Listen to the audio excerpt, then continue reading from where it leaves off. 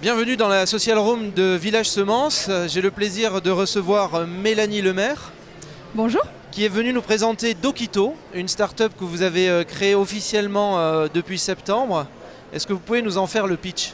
Alors Dokito permet de rapprocher les produits de petits producteurs au plus proche du client par un système de dépôt chez les particuliers.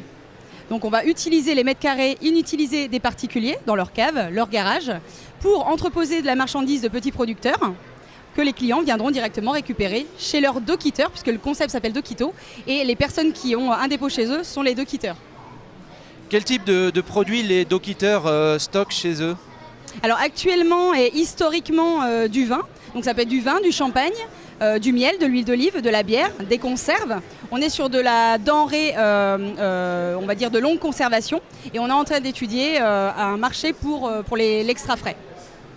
Donc si je comprends bien, les producteurs contactent les Dokiteurs, ou alors les Dokiteurs viennent sur votre plateforme et disent je veux et je peux stocker chez moi ce type de produit. Comment fonctionne l'écosystème ? Alors la plateforme est en train de se mettre en place, donc pour le moment les demandes se font des deux côtés, et ça sera la même chose une fois que la plateforme sera mise en place, mais de manière automatisée. Donc là aujourd'hui, le Dokiteur qui est intéressé pour avoir un produit chez lui et qui veut donc stocker un produit de producteur va poster une demande en disant voilà, moi je m'appelle Franck, je suis de Biarritz et je souhaiterais entreposer chez moi du vin de Bordeaux parce que j'aime le vin de Bordeaux. De l'autre côté, il y a un producteur de vin de Bordeaux qui lui va dire voilà, j'ai déjà des clients sur Biarritz qui aimeraient retrouver mon produit au tarif direct producteur sans frais de livraison supplémentaires. Donc oui, je me mets en contact finalement, on fait un matching directement entre le Dokiteur et le producteur pour que le concept puisse se mettre en place.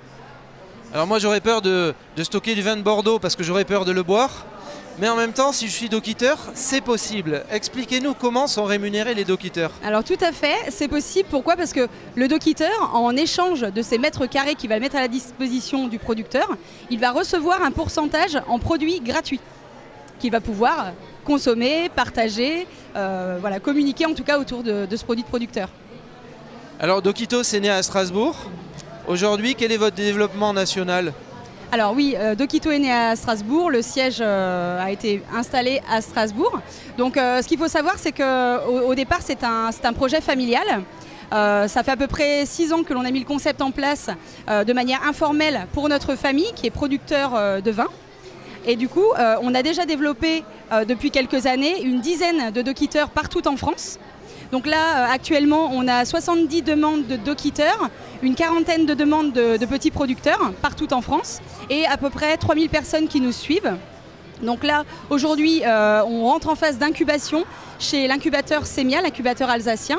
Et on est en phase de développement de notre plateforme depuis 3 semaines. Et l'objectif, bien sûr, c'est d'accueillir toute cette communauté qui attendent pour pouvoir profiter du concept.